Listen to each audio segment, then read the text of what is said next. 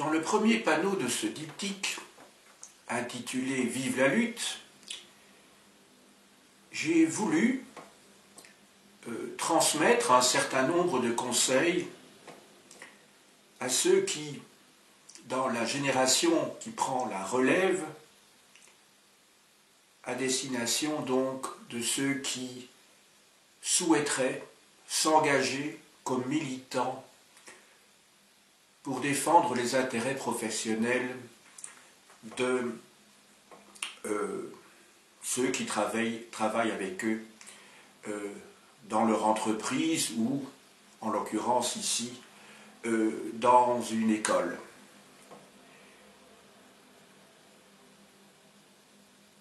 J'ai été délégué syndical une bonne vingtaine d'années et au siècle dernier,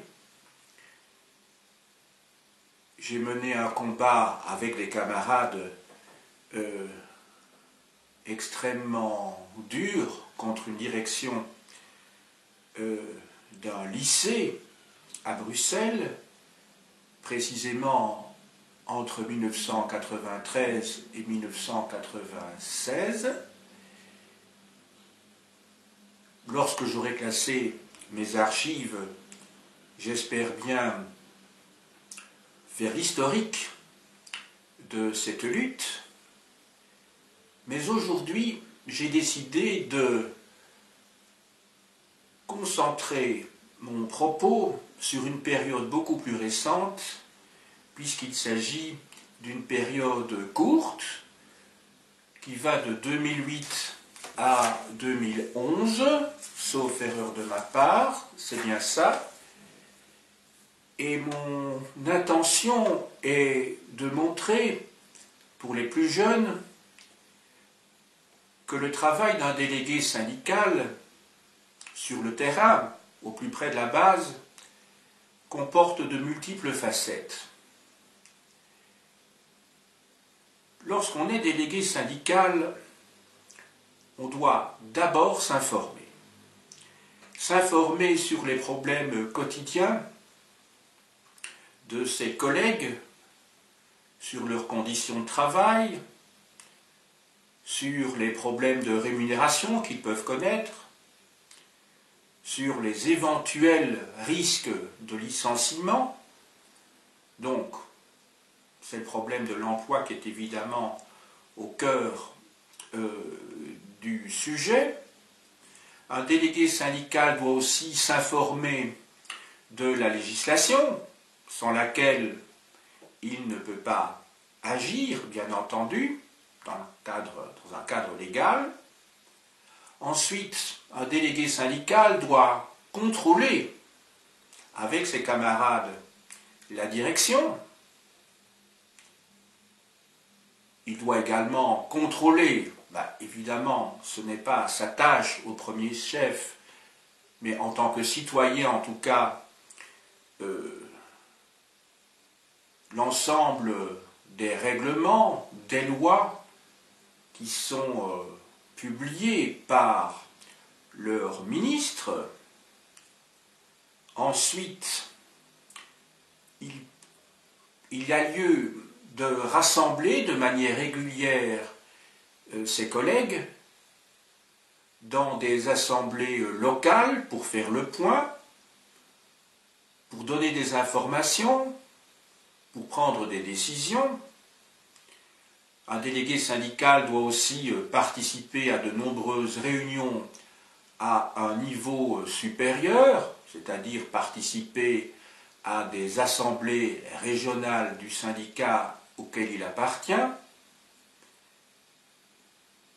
Il peut aussi, ça a été mon cas, mais ce n'est peut-être pas le cas de tous, de participer à des réunions multiples pour défendre les intérêts des travailleurs, ce qu'en Belgique on appelle les COCOBA, c'est-à-dire les commissions de concertation de base, et les COPALOC, c'est-à-dire les comités paritaires locaux. Il s'agit aussi de prendre la plume pour faire connaître un certain nombre de combats qui peuvent être menés par d'autres camarades en Belgique même, mais aussi à l'étranger, dans la même branche. Il s'agit enfin de mettre en application et d'exécuter les décisions qui ont été prises dans les assemblées.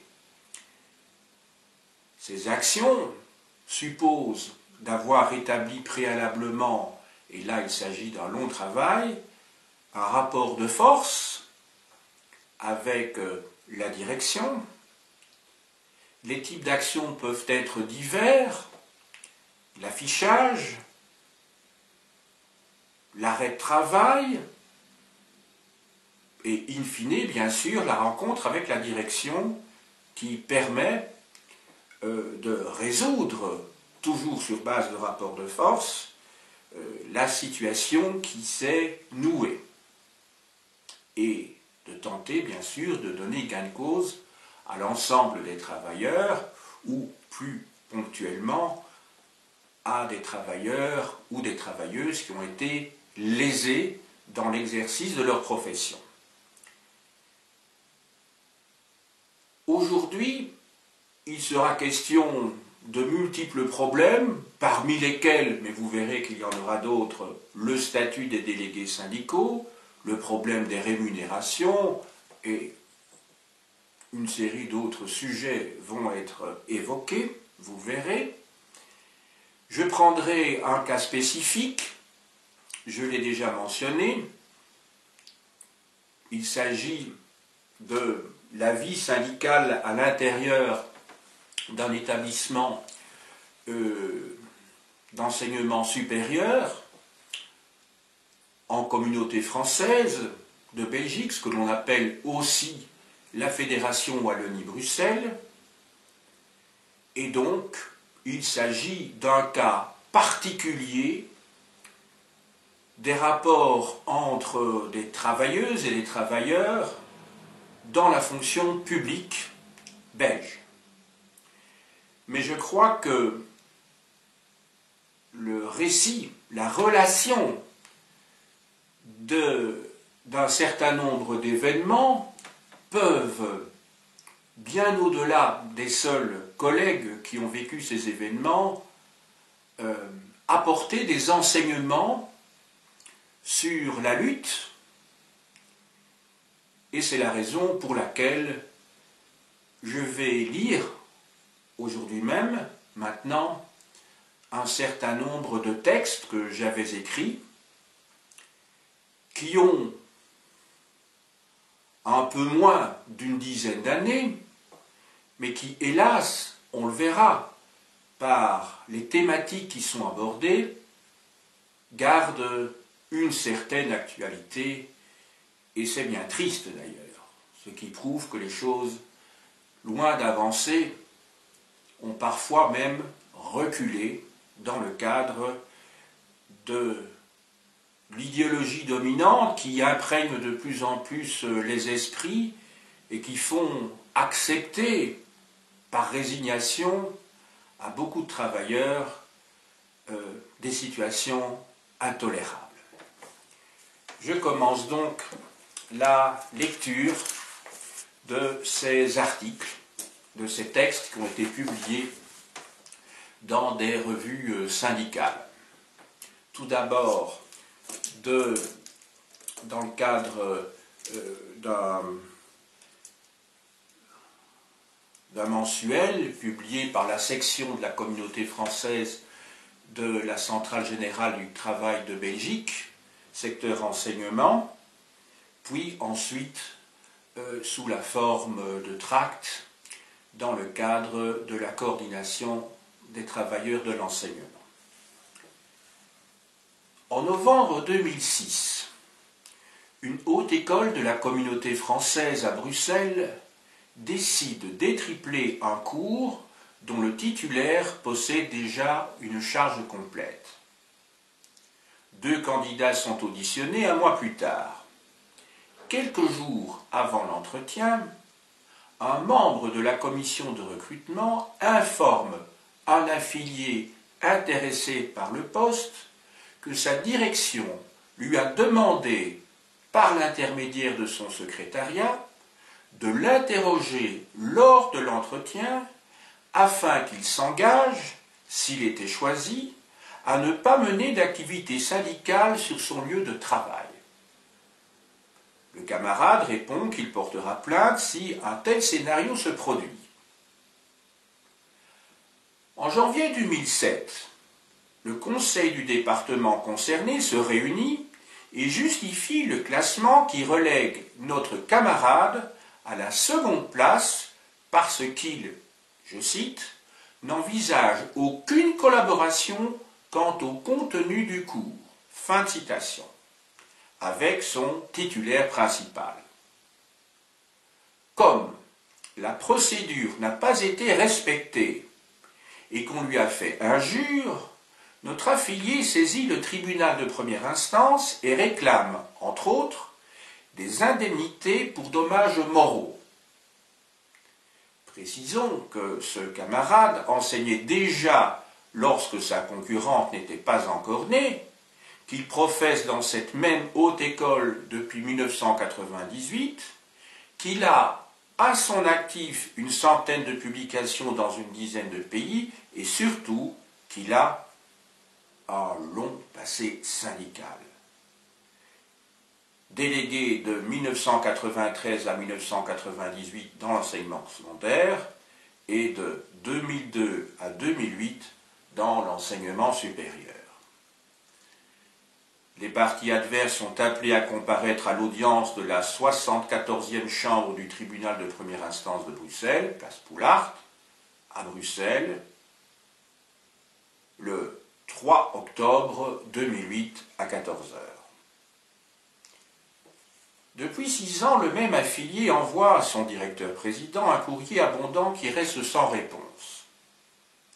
Le 25 octobre 2007, 49 membres du personnel, y compris ouvriers et administratifs, signent une pétition demandant que leurs collègues, je cite, « délégué syndical soit reconnu comme interlocuteur social par les autorités de la haute école ». Fin de citation. Le 7 novembre, le directeur-président de la haute école lui répond par écrit qu'il ne représente pas le personnel de son département et lui, j'ouvre les guillemets, demande d'éviter de harceler la direction et le personnel administratif par de longues conversations téléphoniques et par de nombreuses lettres sans réel objet. Ils sont alors détournés de leur mission et ne peuvent s'y consacrer pleinement au détriment de l'enseignement de la communauté française auquel il prétend être dévoué. Fin de citation.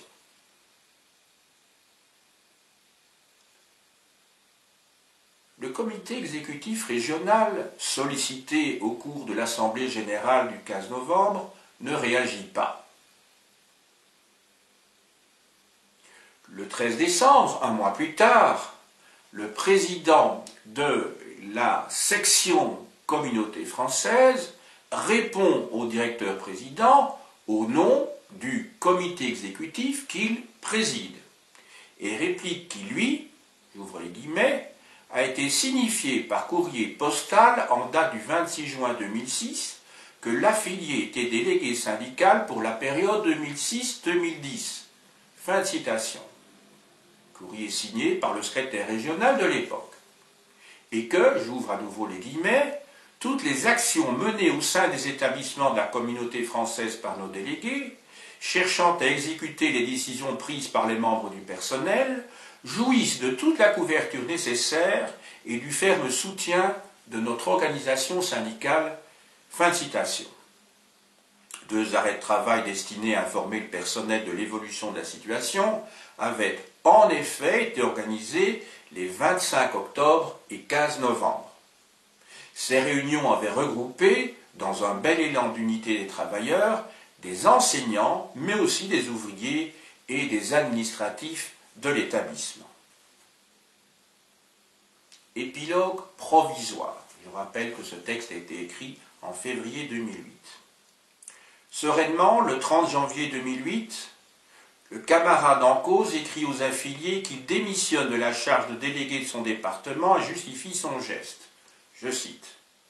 Ce vendredi 25 janvier, au conseil d'administration, les forces conservatrices et réactionnaires, patronat appuyé par les syndicats chrétiens et libéraux, ont refusé de prendre en compte la pétition signée par 49 collègues. Un titre sans compétence effective face au pouvoir n'a, à mes yeux, aucun sens. Fin de citation. Les représentants de la CGSP enseignement au conseil d'administration ont, bien sûr, défendu la position du personnel et de notre délégué, mais, prétextant ne pas encore disposer de l'ensemble des courriers échangés, le comité exécutif régional, donc syndical, n'a à cette date toujours pas répondu au patron de la haute école. Cette lenteur bureaucratique a été préjudiciable à la défense et à l'intérêt des travailleurs.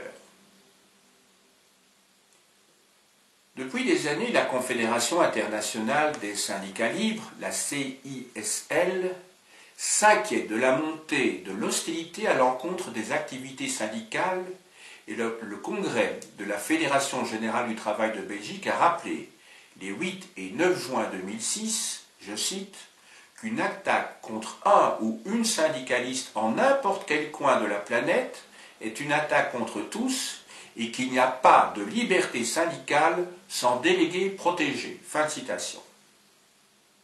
Vouloir réduire la capacité d'action des organisations syndicales est une attaque grave contre nos droits les plus fondamentaux, que sont les libertés d'association, de réunion et d'expression. Le même mois, je publiais dans la même revue un autre texte intitulé « Travailler plus pour gagner plus, le syndrome de Stockholm ». Jamais les liens entre l'enseignement supérieur, l'industrie et le monde politique n'ont été aussi étroits. Le système de promotion dans une haute école valorise des compétences liées à l'intégration des enseignants au marché. Dans les règles de calcul de promotion barémique au sein de l'établissement, on trouve, à côté de l'ancienneté, différents critères qu'il s'agit de dénoncer vigoureusement. Je cite, « La vie pédagogique des étudiants ». Fin de citation.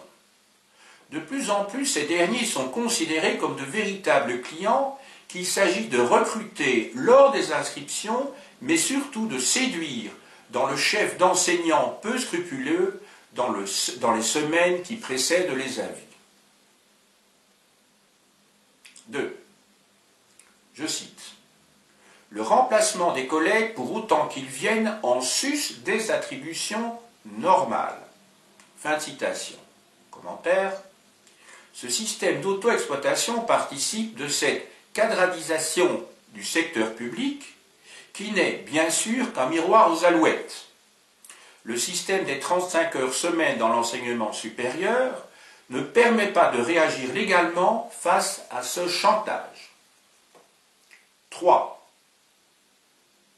D'autres, je cite, éléments ne sont retenus que s'ils ne sont pas repris comme attribution normale justifiant un allègement d'horaire. Fin de citation. Par exemple, je cite à nouveau, l'aide bénévole au secrétariat, fin de citation, ou l'organisation de la publicité, fin de citation, de la haute école. Les enseignants sont donc réduits à devenir, lors des salons étudiants, des délégués commerciaux qui doivent participer aux absurdités, à la concurrence contre d'autres hautes écoles de leur propre réseau, c'est-à-dire la communauté française, aussi appelée Fédération Wallonie-Bruxelles. On voit la perversité de l'autonomie des établissements d'enseignement supérieur dénoncée en France lors des manifestations contre la loi Pécresse. 4. J'ouvre les guillemets. Les activités externes bénévoles en rapport avec la fonction dans la haute école ou activités rémunérées si la rémunération revient à la haute école. Fin de citation. Autrement dit, l'employeur se sucre sur le dos des travailleurs serviles. 5. Une note est également prévue pour, je cite, l'implication dans des services à la société. Fin de citation, traduisez au système capitaliste. L'apport de contrats extérieurs à la haute école. Par conséquent, personne ne sera à l'abri de la mainmise du patronat sur le fonctionnement de la haute école, qui passera ainsi sous le contrôle des chiens de garde du capital. Il apparaît clairement que les décisions à la sauce bolognaise ont un but évident: faire des établissements d'enseignement supérieur des entreprises de recherche et de formation réactives vis-à-vis du marché. Ce qui se dessine en Europe, c'est bien un enseignement supérieur à 2 vitesses, dont le degré de richesse dépendra du niveau de connivence avec le patronat. Ceux et celles dont la légitimité provenait moins de la qualité de leur travail scientifique que du nombre de contrats décrochés par leur laboratoire vont enfin pouvoir exercer un contrôle quasi hégémonique. L'avenir de l'enseignement supérieur réside désormais dans la fourniture d'expertise aux entreprises et aux régions, et la professionnalisation des diplômes permet une légitimation scientifique, entre guillemets, de la domination capitaliste. 6. Les publications. Mais qui jugera? Des collègues, dans certains départements, sont souvent seuls dans leur spécialité. Et l'on sait qu'en Flandre, les établissements d'enseignement supérieur sont contraints de donner la priorité aux formations où les publications sont nombreuses. La quantité aura-t-elle le pas sur la qualité? Aux États-Unis, c'est le nombre d'occurrences dans un index qui permet de juger de la valeur d'un chercheur. Le système nord-américain s'imposera-t-il définitivement? Il y a tout lieu de le croire.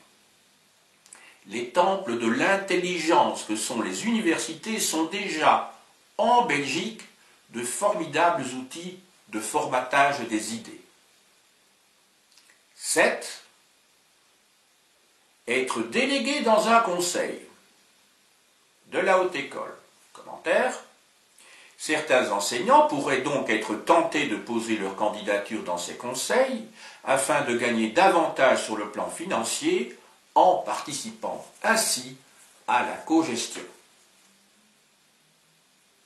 Ces règles de calcul de promotion de cette haute école ont été décidées à l'unanimité des membres de son conseil d'administration, donc par l'ensemble des représentants syndicaux. Pas un vote de protestation. Or, ces derniers ne sont déjà que 4 sur 27 membres. Minoritaires, ils auraient au moins pu sauver l'honneur des travailleurs, réduits à n'être plus que les esclaves d'un système aliénant. Comme dans le privé, le patronat achète les organisations syndicales par leur intégration et par la cogestion. Et que dire de ces personnalités extérieures qui siègent dans les conseils d'administration? La loi Pécresse en France a augmenté leur nombre car ils sont souvent les représentants du patronat dont la fonction est d'ouvrir entre guillemets les établissements à cette réalité, j'ouvre de nouveau les guillemets et je les referme juste après, extérieure. Justement, qui est celle du capital tout-puissant. On aura compris la logique de ces promotions barémiques. Flatter le portefeuille de la couche supérieure du monde enseignant pour l'intégrer idéologiquement à la classe dominante et la vassaliser. Illusion petite bourgeoise qui ne durera qu'un printemps. Il s'agit surtout de diviser les travailleurs, ce qui rendra les négociations plus difficiles puisque les salaires seront individualisés et ne dépendront plus de facteurs communs à tous les travailleurs, sans parler des tensions qui, inévitablement, surgiront entre ceux qui auront eu une bonne note et ceux qui ne l'auront pas. D'ailleurs, une directive européenne n'explique-t-elle pas que c'est le mérite plutôt que l'âge qui doit servir de base à la rémunération. Degré de soumission au pouvoir, ne conviendrait-il pas mieux que mérite? La sournoiserie du système marchand n'a plus de limite. J'ai déjà développé ailleurs les dangers de l'évaluation de la qualité pour qu'il soit nécessaire d'y revenir longuement. Sinon pour dire qu'elle donne aux travailleurs une illusion de participation pour les bloquer ensuite dans leurs revendications. Le but est clairement de casser l'expression syndicale en amenant les travailleurs sur un terrain choisi et balisé par le patronat. La procédure mise en place présente l'évaluation comme une autogestion alors qu'il s'agit d'un véritable autoflicage aliénant par définition. À plusieurs reprises, le personnel de l'université de la Sorbonne Nouvelle Paris 3, Censier, a refusé unanimement, lors d'assemblée générale, son évaluation. Il serait peut-être temps que les travailleurs prennent, chez nous aussi, leur destin en main et procèdent systématiquement à l'évaluation de leur direction et de leurs ministres sur base de critères clairs définis par les travailleurs eux-mêmes, avec publication des résultats à la clé, comme le prévoit le décret sur l'agence de la qualité mis au point par la ministre Simonet. Reste enfin le serpent de mer, les fusions. Dans la capitale de la France, l'an dernier, les personnels des universités de Paris 3, Censier, et de Paris 4, Sorbonne, se sont mobilisés contre le projet de fusion de leurs établissements, car 40% d'entre eux sont précaires, professeurs, administratifs et ouvriers. Ce projet préfigure la privatisation des universités de demain par le dégraissage, favorisant ainsi des économies d'échelle sur le dos des travailleurs. Existe-t-il encore une différence entre la logique du secteur privé et du secteur public? Apparemment aucune. Sans doute verrons-nous bientôt le nouveau régime de bonus salarial, d'avantages non récurrents, qui permet dorénavant aux employeurs belges d'octroyer à tout ou partie de leur personnel une prime liée à l'obtention de résultats collectifs préalablement fixés. Ce qui est sûr, c'est que des fusions de haute école ont bien lieu en ce moment, comme en témoigne la lecture du Moniteur. Création de la haute école de la province de Liège, fusion de Rennes-Sualem avec Troclay et Vézal, et de la haute école de Namur, fusion de l'ENAC et de l'IESN. Inconscient de la catastrophe, certains camarades, comme en 14, partent, la fleur au fusil, dans le cadre de la cogestion et de la concurrence entre établissements scolaires et académiques, contre de faux ennemis, prêts à tomber au champ d'honneur, prêts à la boucherie. Nul n'est prophète en son pays. Alors, jouez à Cassandre ou à Jérémie, puis armés de l'ombre, dispersez la nuée de corbeaux qui planent dans le sombre ciel.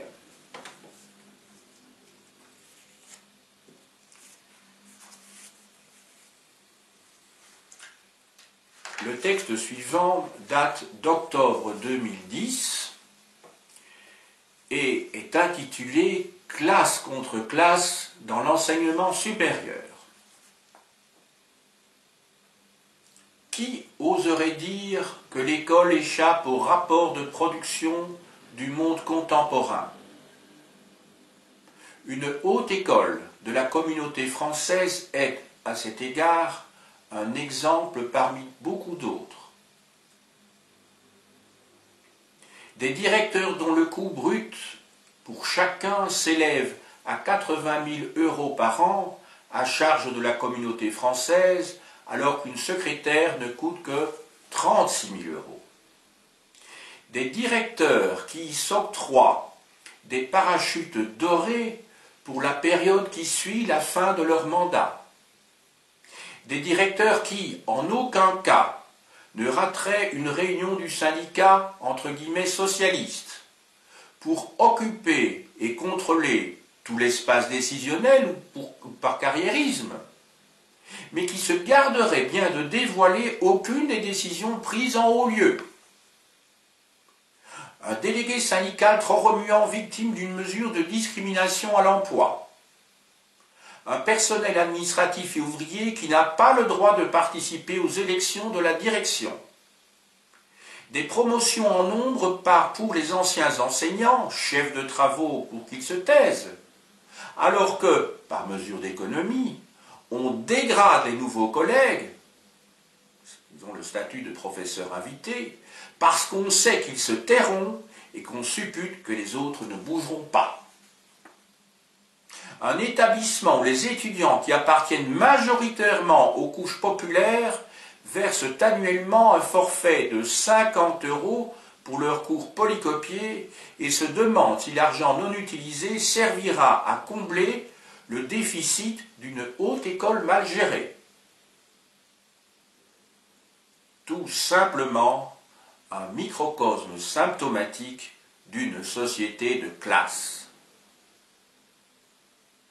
Par conséquent, comme partout, les travailleurs de l'enseignement doivent montrer une ferme détermination dans leur combat contre toutes les formes quotidiennes d'exploitation, de domination, de bureaucratisation et pour la suppression des hiérarchies de fonctions et de salaires. Autrement dit, ces mêmes travailleurs doivent se battre pour une réelle égalité de tous, ouvriers, administratifs et professeurs, qui passera par l'autogestion. Comme dans n'importe quelle entreprise du monde capitaliste, c'est bien de lutte de classe dont il s'agit de faire apparaître la nécessité à ceux qui en sont les victimes, mais aussi les acteurs. Lutter, lutter encore et toujours contre l'injustice.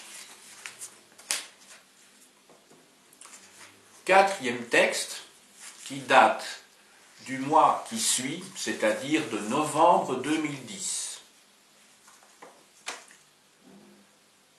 Quand on confond le symptôme et la maladie. Après plusieurs arrêts de travail du personnel, le collège de direction d'une haute école refuse toujours de rendre compte de sa gouvernance, entre guillemets, pendant les 5 dernières années devant l'Assemblée des travailleurs. Dans une lueur crépusculaire, où les teintes rougeâtres du ciel annoncent la fin d'une époque, mais aussi la révolution à venir, l'air devient électrique et la tension monte. La direction n'a pas voulu assumer la responsabilité d'un accident corporel provoqué par des travaux dans l'établissement. Un délégué syndical a été menacé de la saisie de ses biens par un huissier. Le personnel attend dans l'angoisse la suppression des doubles emplois lorsque la fusion avec une autre haute école sera achevée. Parallèlement, au lieu de bétonner immédiatement l'emploi, le conseil d'administration attend, quant à lui, on ne sait pour quelle raison, de proposer plusieurs de ses agents à la nomination. Pourquoi jouer avec les nerfs des travailleurs? On sait que les tensions entre ceux qui se trompent d'ennemis ont toujours eu pour conséquence, sinon comme fin, d'éviter la lutte des classes. Des élections au poste de directeur et de président vont être organisées en mai prochain, quelques mois avant la fusion. Pour pérenniser ces postes une fois la fusion réalisée, il y a peu de chances que la même opération soit permise pour les petits. Comme par hasard, c'est moins d'un an avant la fusion annoncée que l'on demande aux enseignants de repenser leur grille de cours. Ne les charge-t-on pas de mettre au point leur propre plan social? Les cercles de qualité organisés entre la direction et les étudiants ne vont-ils pas permettre, par la bande, de contrôler les travailleurs et installer un climat de stress et de délation? Les avis pédagogiques rédigés voici plus de 6 mois par les étudiants n'ont toujours pas été remis aux professeurs. N'autorisent-ils pas, eux aussi, la direction à surveiller la pratique de ses employés en détournant ces mêmes avis de leur mission première?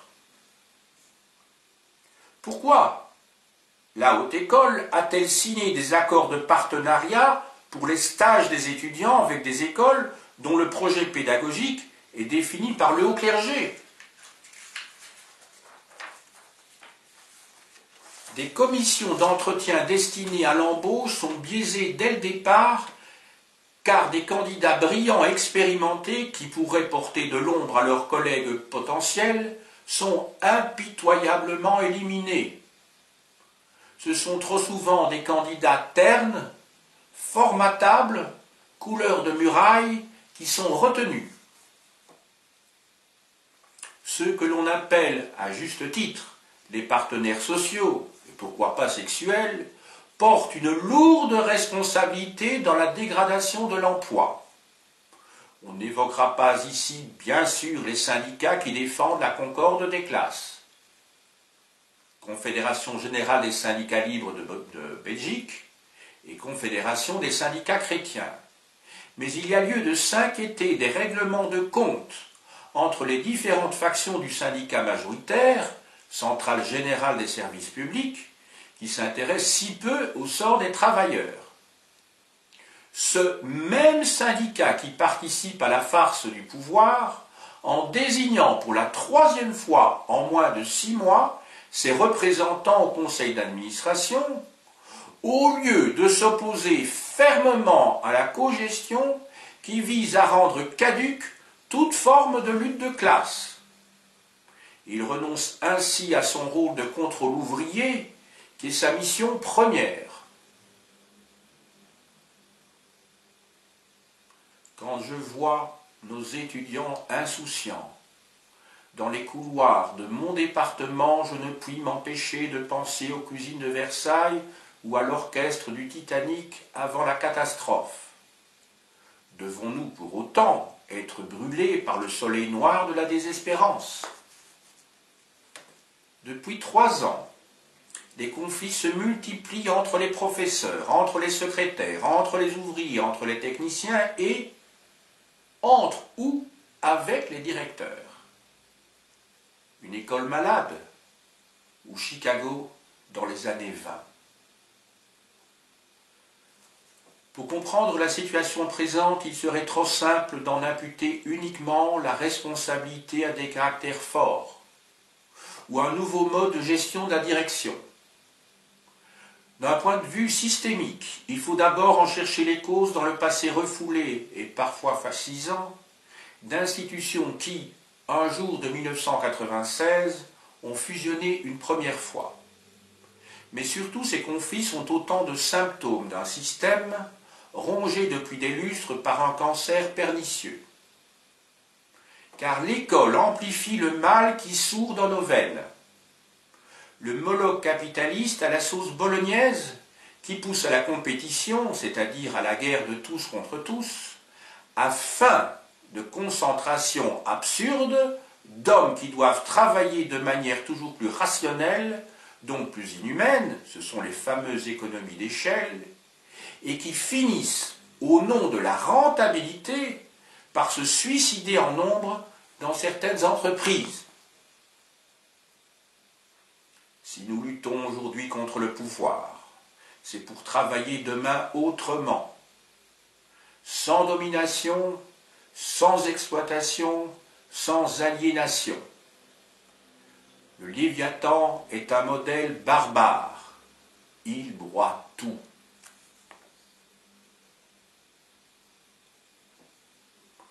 Le calme avant la tempête.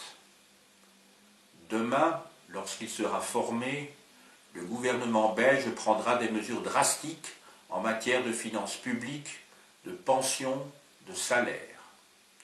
Lorsque la nouvelle constitution du pays, redéfinissant les compétences et les ressources des entités fédérées sera votée, la communauté française licenciera massivement. On le sait. Voyez par ailleurs ce qui se passe chez nos voisins. L'injustice sera alors patente. Souvenons-nous des aides accordées aux banques et des cadeaux donnés aux entreprises. Les travailleurs descendront dans la rue. Massivement? Oui, s'ils aspirent à la dignité d'homme. Malheur alors aux corrompus, aux opportunistes, aux puissants, aux prédateurs. Sinon, la chape de plomb retombera et le fascisme ordinaire, avec ses chefs arrogants et ses petits chefs minables, continuera à polluer l'atmosphère. Levons-nous, compagnons et camarades. Il n'est jamais trop tard pour prendre en main son destin en s'appropriant son outil de travail et en gérant soi-même son école. N'espérons rien d'en on et agissons contre le système ici et maintenant. De durs combats nous attendent dans la prochaine décennie. Prêts à la bataille?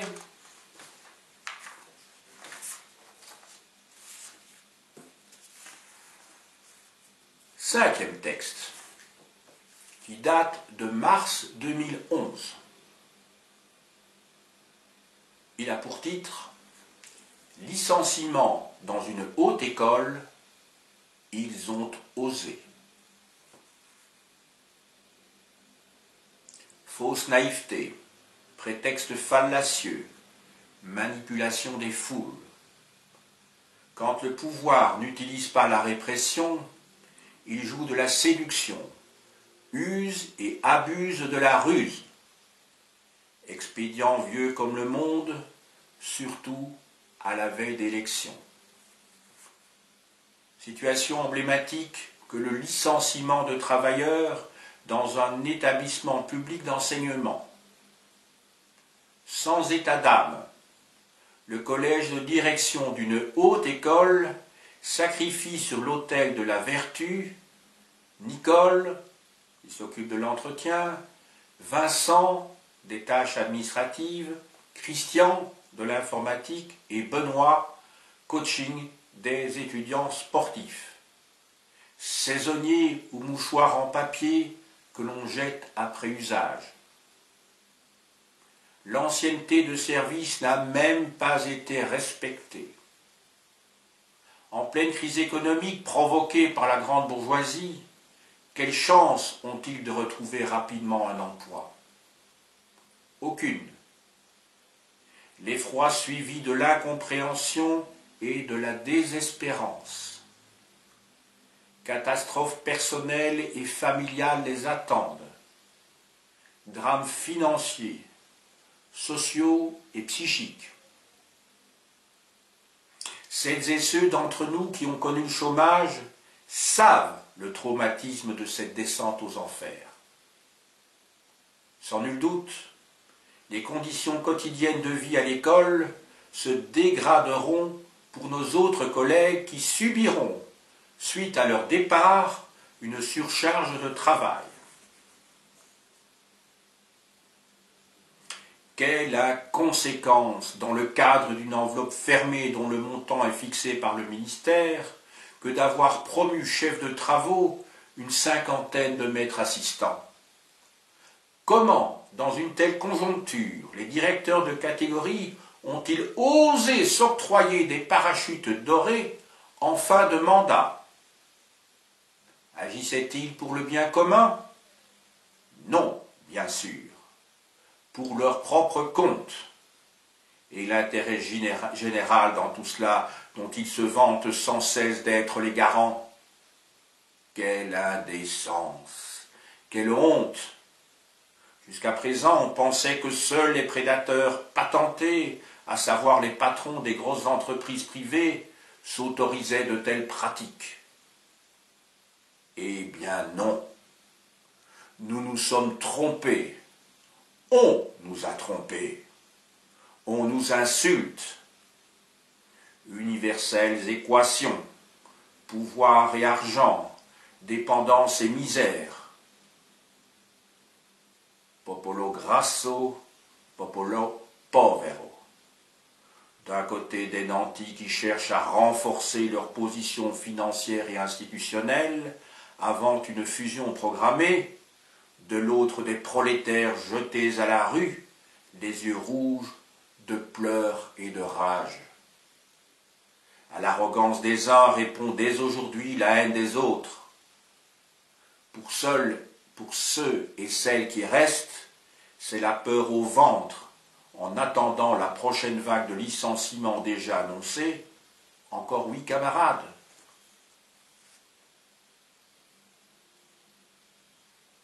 Le contrat social est rompu et la mobilisation des travailleurs s'impose.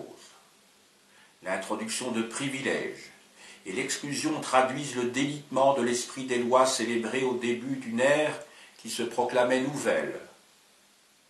Elles dissolvent le pacte familial sur lequel se fonde le discours paternaliste de la direction. Ne lui conseillerait-on pas de lire Totem et Tabou? Naguère, deux philosophes allemands usèrent d'une expression, tombée aujourd'hui en désuétude et pourtant tellement juste, pour qualifier les rapports entre groupes sociaux dont les intérêts sont opposés. La lutte des classes. Ce sont les conditions objectives de notre existence et notre place dans le processus de production qui déterminent notre conscience morale. En 1983, Annie Ernaux écrivait dans son roman La Place « J'ai glissé dans cette moitié du monde pour laquelle l'autre n'est qu'un décor. » Pour nous donner bonne conscience, ne nous contentons pas, dans la meilleure des hypothèses, d'explications savantes qui menacent l'ordre des mots plus que celui des choses. Ne collons pas au système. Nous, les intellectuels nommés qui, 100 ans ou presque après la suppression de la voie supplémentaire réservée aux capacitaires, bénéficient seuls du droit de vote aux élections du 24 mars. Hurlons notre colère et affirmons avec éclat, par des actions concrètes, notre solidarité avec les prolétaires licenciés, sans grade, souvent anonymes, parfois prénommés, rarement nommés. Le glas sonne, mais voici que le cortège funèbre se mue en une foule armée de piques et de rires sardoniques. Et voilà les drapeaux rouges et noirs qui flottent dans le vent. Un bataillon de travailleurs est en ordre de marche. C'est pour toutes les existences en même temps que l'esclave se dresse lorsqu'il juge que, par tel ordre, quelque chose en lui est nié qui ne lui appartient pas seulement. Avec nos malheureux camarades, devenons sujets de l'événement, comme nos sœurs et nos frères du sud de la Méditerranée nous y invitent tous les jours d'une manière exemplaire. À l'instar des jeunes Grecs en décembre 2008, crions « Antarsia !» Révoltons-nous contre l'injustice et ne donnons pas raison une fois encore à Étienne de la Boétie qui, au XVIe siècle, écrivait que c'est le peuple qui volontairement s'asservit et consent à son mal. Comme le clame l'hymne des travailleurs, méfions-nous des sauveurs suprêmes et sauvons-nous nous-mêmes. Lors des prochaines élections, licencions définitivement le collège de direction, avant qu'il ne nous donne congé pour l'éternité. 80 602 € ou un C4. Réfléchissons un instant à nos actes. Son avenir est entre nos mains. Ni Dieu ni maître pour l'autogestion.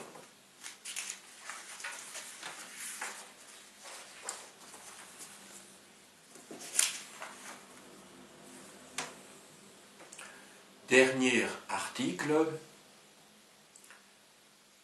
mars 2011.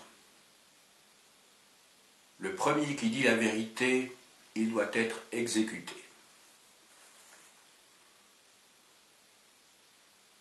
Quelles sont les motivations avancées par le collège de direction d'une haute école de Bruxelles pour justifier la promotion de ses membres aux fonctions de chef de travaux au début de leur éventuel second mandat?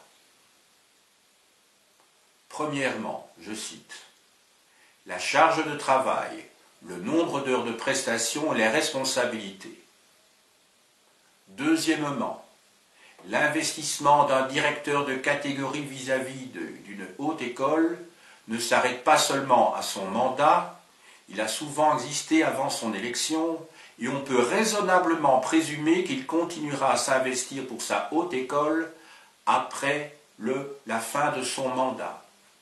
Troisièmement, ce que perçoit un directeur de catégorie consiste en une allocation ajoutée au traitement de base. Cette allocation lui est d'ailleurs retirée en cas de maladie de plus de 9 jours ouvrables. Quatrièmement, il est de plus en plus difficile de trouver des candidats à une fonction de direction, quelle que soit la haute école, au vu des conditions de travail et des conditions financières. Pour motiver les candidatures à ce genre de fonction, il convient de fixer des perspectives de carrière. Cinquièmement, dans le cas où un membre du personnel enseignant occupant une fonction de rang 1 est élu à une fonction de direction et y donne satisfaction, il serait bon de le promouvoir à une fonction de rang 2, plus en relation avec le traitement qu'il perçoit, afin de lui permettre d'acquérir de façon durable les avantages statutaires liés à cette fonction. Fin de citation. Sans commentaire. Souvenons-nous, peu de temps après l'élection présidentielle de 2007, Nicolas Sarkozy faisait voter par une majorité à ses bottes le redoublement de son traitement sur la base d'un argumentaire inutile. En lisant les attendus du collège de direction, on croirait entendre un lointain écho de la justification de la trifonctionnalité par Adalbéron de Laon au XIe siècle, cette idéologie qui a permis de légitimer les sociétés d'ordre jusqu'à la Révolution française. Assez de violence de fait, réelle ou symbolique, contre les travailleurs. N'ayant aucun espoir d'une quelconque augmentation barémique, ils n'ont plus qu'à lever le pied. Que des puissances octroient des privilèges, quoi de plus habituel? En revanche, ce qui est plus inquiétant, c'est qu'aux côtés du collège de direction au grand complet figuraient, lors du conseil d'administration du 29 octobre 2010, 4 syndicalistes. Sur les 13 membres présents, on compta 2 abstentions contre 11 votes positifs. Aucun refus donc. Peut-on encore parler dans un tel contexte d'organisation représentative des travailleurs dignes de ce nom? En haut lieu, on nous affirme que si l'on ne licencie pas nos camarades, la haute école sera mise sous tutelle. Il faudra donc être raisonnable et voter dans le bon sens au conseil d'administration de mars 2011 pour éviter la perte de notre autonomie. Ce raisonnement pervers ne relève-t-il pas du chantage? Parallèlement, le directeur nous annonce qu'en toute hypothèse, au lendemain des élections, le ministre de l'Enseignement supérieur et de la Recherche ne choisira pas parmi les nominés celui des papables qui refuserait les fusions avec d'autres établissements, même s'il recueille le plus grand nombre de suffrages. Dans ces conditions, pourquoi encore participer à la farce électorale si les jeux sont déjà faits? Les tauliers nous prendraient-ils pour des naïfs? D'ailleurs, ne l'oublions quand même pas, le ministre lui-même n'a pas été choisi par le Parlement, mais a bien été désigné par le président de son parti. Quelle imposture qu'une telle démocratie! Face au progrès constant de la démocrature, les travailleurs n'ont pas d'autre alternative que de boycotter le scrutin et de prendre en main leur destin. Liberté et égalité. Ni Dieu, ni maître pour l'autogestion. J'ai dit.